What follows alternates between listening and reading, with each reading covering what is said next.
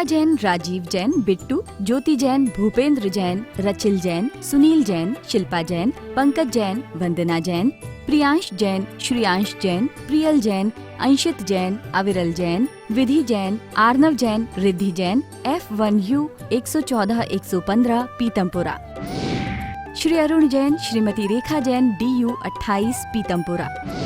श्री सुरेश चंद जैन, श्रीमती शांति देवी जैन, श्री संजय जैन, श्रीमती सपना जैन, श्री नरेश जैन, श्रीमती मीनू जैन, नमित जैन, पारस जैन, DU 97 पीतमपुरा। श्री राजेश जैन चावल वाले, श्रीमती पुष्पा जैन, श्री अनुज जैन, श्रीमती तमन्ना जैन, श्री अमन जैन, श्रीमती मेघा जैन, FD 29 पीतमपुरा। श्रीमती बिरमा देवी जैन, धर्मपत्नी स्वर्गीय Shri Lalchand Jain, Shri Sunil Jain, Shrimati Kusum Jain, Shri Saurabh Jain, Shrimati Sonal Jain, Shri Mayank Jain, Shrimati Divya Jain, master Vihaan Jain, baby Maysha Jain, DU 43 Pitampura. Shri Hemchand Jain परिवार, Shri Pradeep Jain, Shrimati Ruma Jain, Shri Rajat Jain, Shrimati Anshu Jain, master Hridayansh Jain, FU 8 Pitampura. Shri Anil Kumar Jain, Shrimati Rekha Jain, Shri Kartik Jain, Shri Kunal Jain, F1U 137 Pitampura.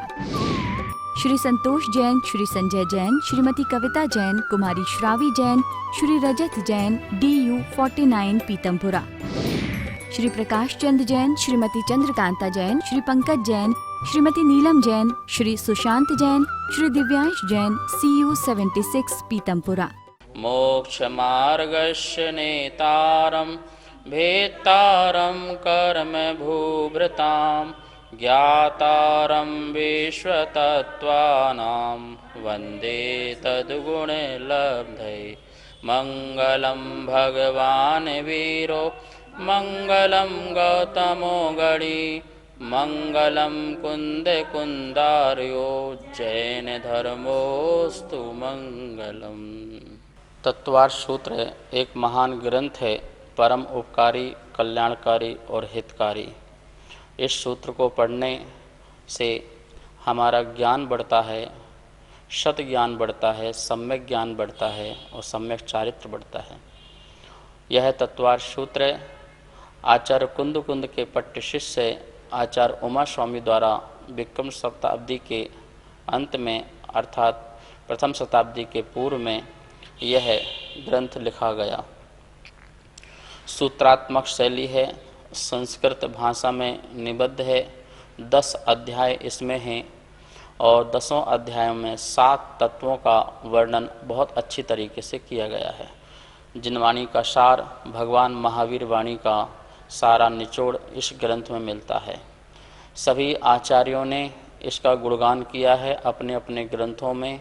Tattvartha सूत्र पर अनेक हजारों टीकाएँ, मैं तो कहूँगा लाखों टीकाएँ अभी प्राप्त नहीं हैं भले, पर लाखों टीकाएँ इसमें लिखी जा चुकी हैं।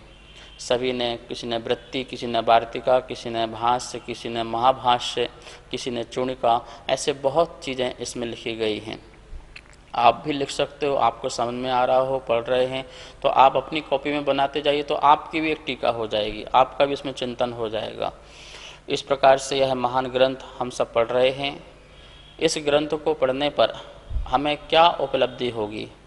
जो हम सुख चाहते हैं, आनंद चाहते हैं, मोक्ष चाहते हैं, उसकी उपलब्धि होगी। सत्य ज्ञान को जाने बिना, सत्य से परिचय हुए बिना हम आगे नहीं बढ़ सकते हैं।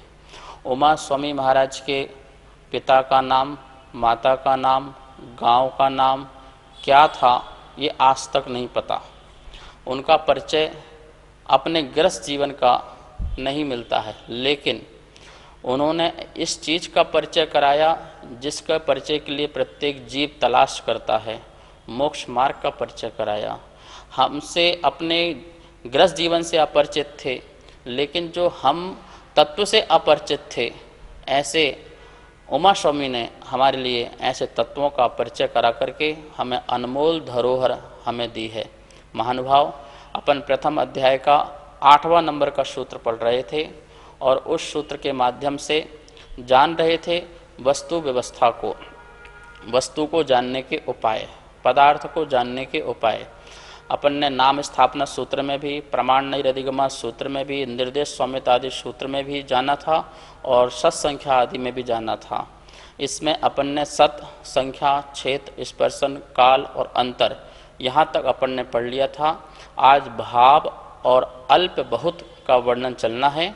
उसके पहले एक बार अपन बोर्ड के माध्यम से इस सूत्र को एक बार उच्चारण कर लेते हैं और फिर इसको आगे समझते हैं।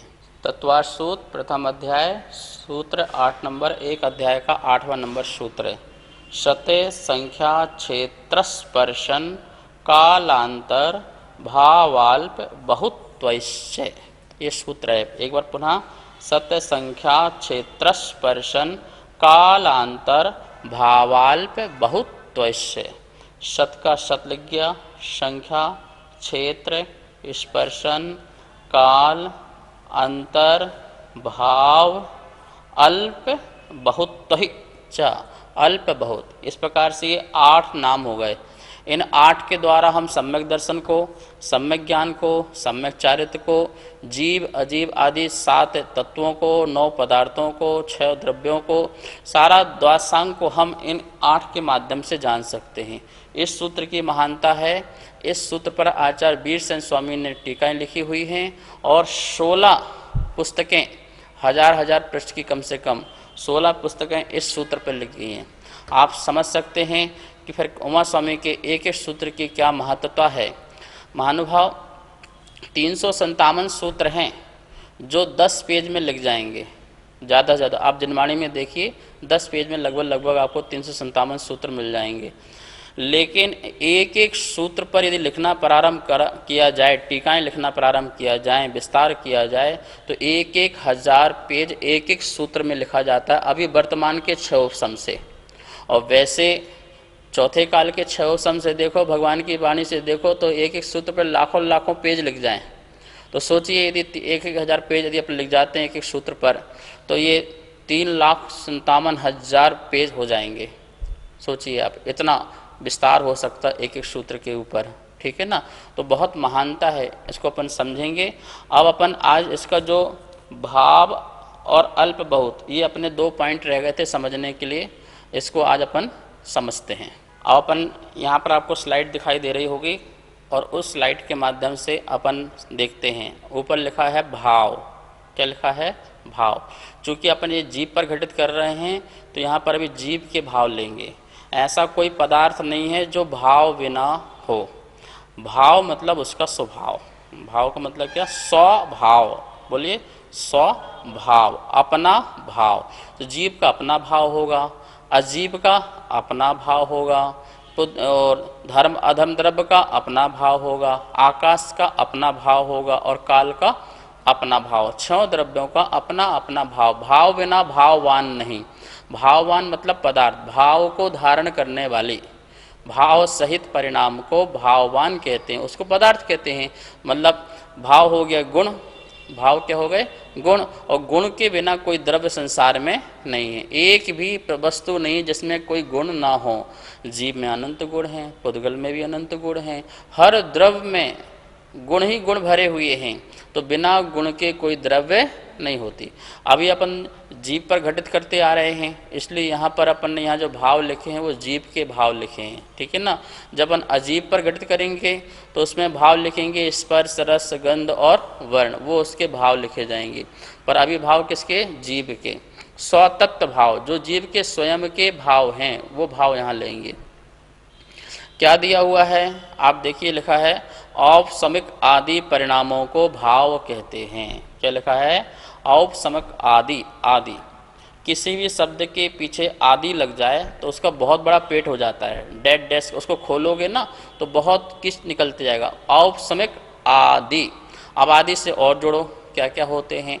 तो औपसमिक भाव, छायोपसमिक भाव, छायिक भाव, औदयिक भाव और पारिणामिक भाव, ये 5 प्रकार के भाव। इनका विस्तार से वर्णन तो जब अपन दूसरा अध्याय पढ़ेंगे तो उसका प्रथम सूत्र ही यह है, जिस पर आप एक एक खुलासा करके वहाँ चीज़ पढ़ेंगे। फिर भी यहाँ पर संक्षेप में, कर्म के उपशम से, कर्म के दब जाने से आत्मा में जो निर्मलता आती है विशुद्धि आती है, वो जो परिणाम है उसे कहते हैं औपसमिक भाव। छायोपसमिक भाव कर्म की शक्ति कम होकर के फिर कर्म को दबा देना, और दबाने के बाद जो कम शक्ति वाले कर्म है उसका उदय आना, और उससे जो आत्मा के परिणाम होते हैं उसका नाम है छायोपसमिक भाव। कर्म का नष्ट होकर के और उससे नष्ट होने के बाद जो अत्यंत निर्मल परिणाम प्रकट होते हैं उसे कहते हैं छायक भाव। कर्म के उदय से होने वाले परिणाम को औदयिक भाव। कर्म के जैसे मोहनी कर्म का उदय आया तो मोह प्रकट हुआ, ज्ञानावरणी कर्म का उदय आया तो ज्ञान पर आवरण आया, तो हमको अज्ञानता आई अथवा हमको समझ में नहीं आया, कितने बार समझाते हैं फिर भी समझ में नहीं आता है, तो ये ज्ञानावरणी कर्म का उदय चल रहा है। ठीक है ना, हम समझाते हैं मोह कम करो फिर भी मोह कम नहीं होता, तो ये मोहिनी कर्म का उदय चल रहा है जिससे हमारा मोह समाप्त नहीं होता है। तो इस प्रकार से औदिक मतलब उदय, उदय कर्म के उदय के निमित्त से आत्मा में जो मोह आदि की अज्ञान आदि की आवरण आदि की शक्ति प्रकट होती है, अर्थात निर्मलता कम होती है, विशुद्धि कम होती है, उसका नाम है औदिक परिणाम। एक होता है पारणामिक, 5वां नंबर वाला पारणामिक, बहुत ही निर्मल होता है, वो विशुद्ध होता है। हमारा ध्येय वही है, यदि उसमें हम टिक गए तो हमारा मुक्ति निश्चित है। पारणामिक भाव का मतलब क्या है? जहाँ किसी भी कर्म का उदय, उपशम, क्षय, क्षयोपशम नहीं, मात्र निज में लीनता, निज में स्थिरता, ज्ञायक रूप परिणाम, जो ज्ञाता दृष्टा के परिणाम हैं, वीतराग परिणाम पारणामिक परिणाम हैं। जहाँ किसी प्रकार का न कर्म का न उदय है, तो उदय के निमित्त से भी नहीं है, क्षयोपशम भी नहीं, क्षय भी नहीं, क्षायक नहीं, कुछ भी नहीं, मात्र निर्मल परिणाम, वीतराग ज्ञाता दृष्टा ज्ञायक परिणाम, वो जो परिणाम है उसको बोलते हैं पारणामिक भाव। तो इस प्रकार से यहाँ लिखा हुआ औपसमिक आदि परिणामों को भाव कहते हैं। ये भाव है। अब अपन को भाव घटित करना है, क्योंकि अपना चल रहा था मिथ्या दृष्टि आदि की बात चल रही थी, तो मिथ्या दृष्टि में कौन सा भाव होता है, सम्यक दृष्टि में कौन सा भाव होता है, तो अपन घटित करते हैं। मिथ्या दर्शन, जो मिथ्या दृष्टि है, यह उसको औदिक भाव है। कौन सा भाव है? अभी मिथ्यात्व की अपेक्षा बात चल रही है। किसकी बात अपेक्षा चल रही है? सारे कर्मों की अपेक्षा नहीं, कर्म तो 148 हैं, अभी मात्र अपन मिथ्यात्व कर्म को ही यहाँ पर ले रहे हैं। तो मिथ्यात्व कर्म के उदय से मिथ्या दृष्टि को कौन सा भाव हुआ? औदिक भाव हुआ। कौन सा भाव हुआ? औदिक भाव हुआ। और सम्यक दृष्टि को कौन सा भाव? कि उसको सम्यक प्रगति के उदय से उसको कौन सा? क्षयोपशमिक सम्यक दर्शन होगा। और मिथ्यात्व प्रगति और अनंतानंदी क्रोध मान माया लोभ प्रगति का उपशम हो जाने से उसको औपशमिक भाव होगा। कौन सा भाव होगा? औपशमिक भाव होगा। इन्हीं प्रगतियों का क्षयोपशम हो जाए तो उसको कौन सा भाव होगा? क्षयोपशमिक भाव होगा। इन्हीं प्रगतियों की नष्ट हो जाएं, क्षय को प्राप्त हो जाएं, तो कौन सा भाव होगा? उसको क्षयिक भाव। तो सम्यक दर्शन यह औपशमिक, क्षयिक, क्षयोपशमिक भाव, 3 प्रकार का। सम्यक दृष्टि जीव को 3 प्रकार का भाव हो रहा है, और मिथ्या दृष्टि जीव को मिथ्यात्व की अपेक्षा औदिक भाव एक हो रहा है। इन 5 भाव में से एक भाव सम्यक दृष्टि को, मिथ्या दृष्टि को 1 और सम्यक दृष्टि को 3।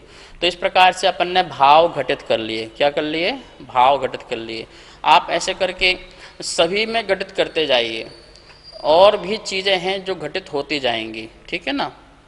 अभी अपन ने सम्यक दृष्टि को कहा, अब मुनिराज को कर लो कि छठे गुण स्थान मुनिराज के कितने भाव हैं, 7वें गुण स्थानवर्ती जीव के कितने भाव हैं, 5वें गुण स्थानवर्ती जीव के कितने भाव हैं, और जो 9वें, 10वें, 11वें, 12वें गुण स्थान में उनके कौन से भाव हैं, तीर्थंकर को कौन से भाव हैं, और जो सिद्ध भगवान बन गए हैं उनको कौन से भाव हैं। तो इन सब भावों को आप घटित करते जाएंगे तो आपको समझ में आते जाएगा इस प्रकार से। तो ये हो गया भाव के बारे में। ठीक है ना। अब अपन चलते हैं अल्प बहुत। क्या लिखा है? 8वां नंबर लिखा है अल्प बहुत। अल्प मतलब कम और बहु मतलब ज़्यादा, कम ज़्यादा। ठीक है ना। किसी को भाव में भी, इन भावों में भी किसी के भाव कम और किसी के क्या होते हैं ज़्यादा। अथवा और चीज़ भी घटित कर सकते हैं, जैसे अपन ने अपना चल रहा है मिथ्या दर्शन का चल रहा है, जो मिथ्या दृष्टि जीव है उसकी अपेक्षा चल रहा है, तो क्या कर सकते हैं, या अपन जीव घटित कर रहे थे, क्या घटित कर रहे थे, जीव।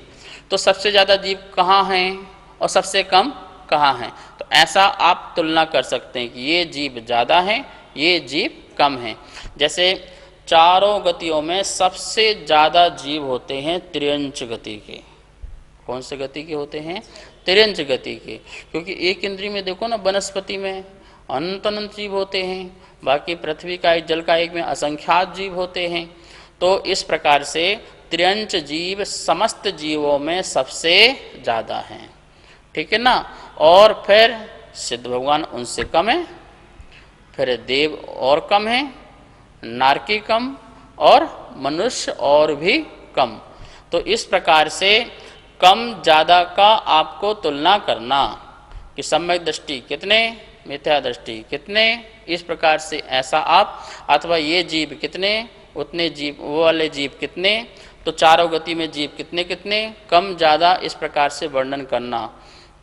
तो इस प्रकार से हम किसी भी विषय को लेकर के सत्य, संख्या, क्षेत्र, स्पर्शन, कालांतर, भाव, अल्प, बहुत, इसको समझ सकते हैं। एक बार देखो स्लाइड में आप देख रहे हैं, यहाँ पर सब कुछ अब समरी बन के यहाँ पे दिखा रहे हैं आपको एक साथ कि सत क्या लिखा है, अस्तित्व, वस्तु है, वस्तु है, इसका नाम क्या हो गया, अस्तित्व। संख्या है तो कितनी है तो कितनी जीव है, ये पहला स्वीकार, सत कितने हैं, ये भी बात ध्यान रखना पड़ेगा। फिर क्षेत्र है कितनी है, और उनका एरिया कितना है, उनका एरिया कितना है, स्थान कितना है, क्षेत्र कितना है, जगह कितनी है, तो वो क्षेत्र। फिर स्पर्शन, वो तो वर्तमान क्षेत्र हो गया। फिर क्या लिखा, तीनों काल में विचरण क्षेत्र, ये जीव तीनों काल में कहाँ कहाँ विचरण करके आया है, तो उसके बारे में ज्ञान लेना। फिर काल, अवधि, इसकी अवधि क्या है, इसकी सीमा क्या है, इसका कितना टाइम पीरियड है, तो वो क्या हो गया, अवधि। अंतर, अवधि के बाद आया अंतर, विरह काल, यह जीव जैसे नरक में रहा तो पुनः दोबारा नरक जाएगा निकल के वहाँ से, तो उसको बोलेंगे विरह काल। एक स्थान से च्युत होकर के फिर दूसरे स्थान पे जाए और भी अन्य स्थान पे जाए, जब तक पुनः उसी स्थान को पहुँच ना जाए तब तक उसको बोलेंगे अपन विरह काल कहेंगे, उस काल को विरह काल कहेंगे। तो अंतर मतलब सम्यक दर्शन प्रकट किया, फिर छोड़ दिया, फिर पुनः सम्यक दर्शन कितने काल में ग्रहण करेगा, कब ग्रहण करेगा, और जब ग्रहण करेगा तब उसको कहेंगे विरह काल। तो इस प्रकार से हम तत्व के बारे में समझें, ठीक है ना।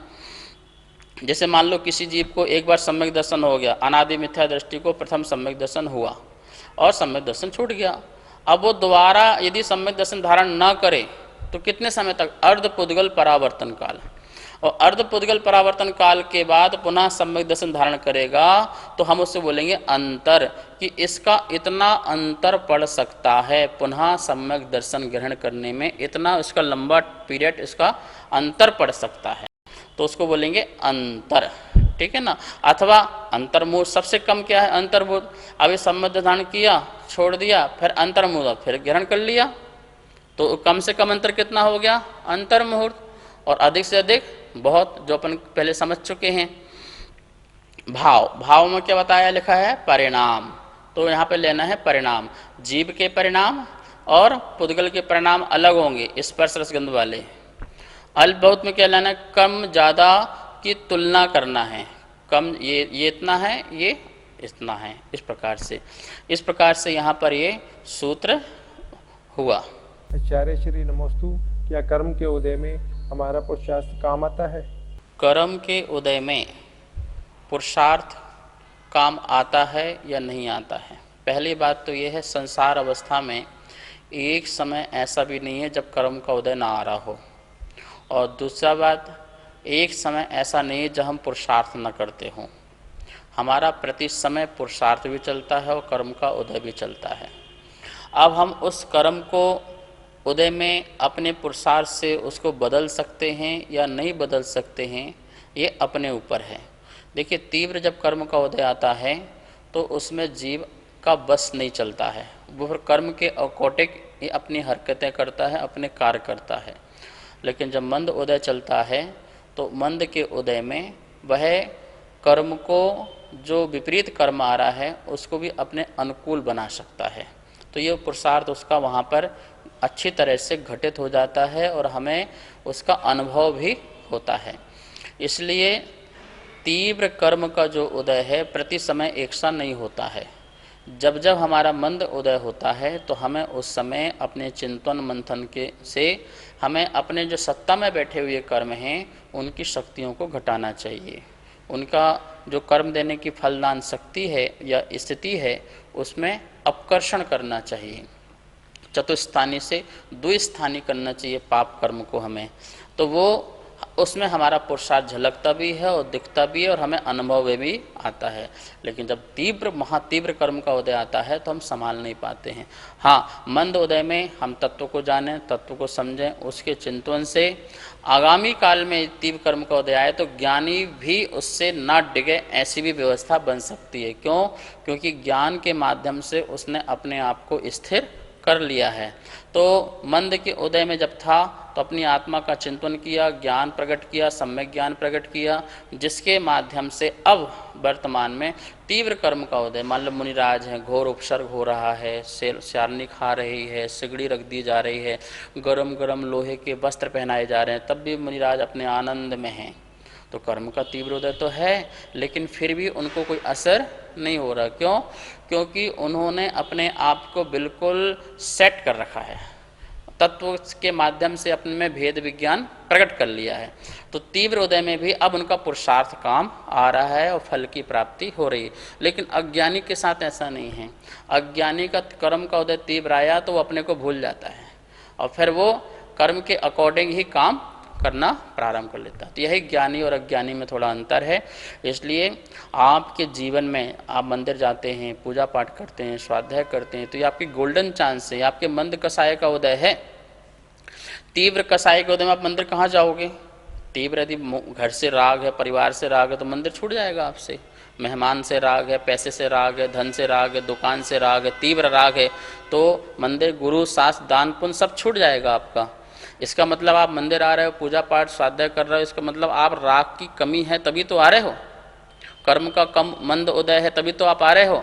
तो उदय जब मंद उदय है तो उस समय हमें अच्छा पुरुषार्थ करना चाहिए। फिर पूरा अच्छी उपयोग से तत्व को जानो, आत्मा को जानो, परमात्मा को जानो, भेद विज्ञान करने की कला सीखो, विकल्पों से मुक्त होने के अपने उपाय लाओ, क्योंकि ये गोल्डन चांस है, इसे छोड़ना नहीं चाहिए। नमोस्तु आचार्य श्री। पाराणामिक भाव के लिए हमें क्या करना चाहिए? महानुभाव, पारणामिक भाव के लिए हमें कुछ करना ही नहीं है, क्योंकि करने का नाम ही तो फिर संसार है। जब जब हम कुछ करने का भाव रखते हैं तब तक हमारा कर्म का बंध बनता है। हम ऐसे हैं जो कुछ करना ही नहीं है। संसार का संबंधी कोई भी कार्य नहीं करने का नाम ही पारणामिक है। सहजता होना ही पारणामिक है। सहजानंद बनना, क्या बनना? अभी हमारा जो जीवन है वो अकृत्रिम नहीं है, कृत्रिम है, दिखावटी का, बनावटी का जीवन है। हम सोचते हैं जब तक हम कुछ ना करें तब तक हमने कुछ नहीं किया। तो करने का नाम तो संसार है और नहीं करने का नाम मोक्ष है। नहीं करने का नाम परम पारणामिक भाव है। जब तक हमारे मन में आएगा करना है करना है, तो क्रिया हो गई। करने का क्या होगी? क्रिया। और क्रिया है तो प्रतिक्रिया भी है, एक्शन है तो रिएक्शन भी है। तो जब तक क्रिया होगी तो फिर कर्म का बंध बंधेगा। कर्म का बंध बंधेगा, फिर उदय में आएगा, फिर भुगतना पड़ेगा। तो ये इसका लक्ष्य करना नहीं बनाना है। धर्म करना है या धर्ममय होना है। जहाँ करना हुआ तो वहाँ कर्म का बंध, जहाँ धर्ममय होना है तो धर्ममय होने के लिए सहज होना है। क्या होना है? सहज होना है। और सहज जो होता है वही व्यक्ति ही अपने शुद्ध पारणामिक भाव को प्रकट कर पाता है। तो हमें शुद्ध पारणामिक भाव प्रकट करने के लिए क्या बनिए? सहज, बिल्कुल सहज हो जाइए। देखिए, आप मुझे बताइए, मार्केट में एक तरबूजा लेने जाइए, बहुत लाल लाल गोल गोल बढ़िया, बहुत मीठा वाला है, और वो है आपका 10 रुपये किलो का। एक तरबूज है वो 100 रुपये किलो का है, ठीक है ना। आप कौन सा लेंगे, तो आप उससे पूछोगे भाई इसके पहले बताओ क्या कारण है 110 रुपये का। बोले ये जो 10 रुपये का है ना, इसमें इंजेक्शन लगाया गया है और इसको फिर इसमें अंदर से मिठास डाली गई है और तब तैयार किया गया, और ये 100 रुपये वाला ऑर्गेनिक है, बिल्कुल ऑर्गेनिक, कोई केमिकल नहीं, कोई इंजेक्शन नहीं। लेकिन एक बात है, महंगा भी है और फीका है, ज़्यादा मीठा नहीं है। और ये वाला जो है मीठा बहुत है, पर इंजेक्शन के द्वारा मीठा किया गया है, बड़ा किया गया है, इसमें केमिकल डाले गए हैं। तो बोलो अब आप 10 रुपये किलो वाला तरबूज लेंगे या 100 रुपये किलो वाला? क्योंकि वो सहज है। आपसे बोला जा रहा फीका है, भाई कोई दिक्कत नहीं, फीका रहने दो, हमको तो ऑर्गेनिक चाहिए, हम फीका ले लेंगे, कोई दिक्कत नहीं, पर हम वो वाला मीठा नहीं चाहिए, कृत्रिम वाला नहीं, अकृत्रिम चाहिए। तो वो जो फीका है वो सहज है, वो क्या है, सहज। ये असहज है, तो असहज जो है वो स्वास्थ्यवर्धक नहीं हो सकता, वो नुकसानदायक है, और जो सहज होगा वो स्वास्थ्यवर्धक हो। ऐसे ही हमारा जीवन सहज है तो हमें परमात्मा की प्राप्ति होगी, हम स्वयं परमात्मा हो जाएंगे। हमें पारनामिक कहो या परमात्मा कहो, परमात्मा की उपलब्धि, शुद्ध चेतन की उपलब्धि, शुद्ध चेतन प्रकाश का अपने में प्रत्यक्ष दर्शन होना, स्वदर्शन होना, उसका नाम पारनामिक भाव है। तो उसके लिए हमें सहज बनना, ज्ञाता दृष्टा, ज्ञायक बनना है। हम वस्तुओं को देखें, जानें, पर स्वेच्छा पूर्वक ना जानें, अपने मन मुताबिक ना जानें। जो जैसी वस्तु है उस वस्तु को हमारे ज्ञान में झलके, इसके लिए हमें अभ्यास करना चाहिए, इसके लिए हमें प्रयास करना चाहिए। तो इस प्रकार से अपन ने देखा तत्वार सूत्र का 8वां नंबर सूत्र है, कितना हमें पढ़ने लायक सूत्र है ये। इसके माध्यम से हम क्या क्या नहीं जान सकते हैं, अजीब के बारे में पूरा विस्तार, जीव के बारे में पूरा विस्तार, पूर्ण विस्तार प्राप्त कर सकते हैं, सम्यक दर्शन आदि के बारे में भी। तो इस सूत्र को हम 4-5 दिन से पढ़ रहे हैं और मुझे विश्वास है आपको ये समझ में आ गया होगा, आपने कॉपी में नोट कर लिए होंगे। और इसे यदि आपको और अच्छे से पढ़ना है तो सर्वार सिद्धि में इसकी बहुत सुंदर टीका दी हुई है।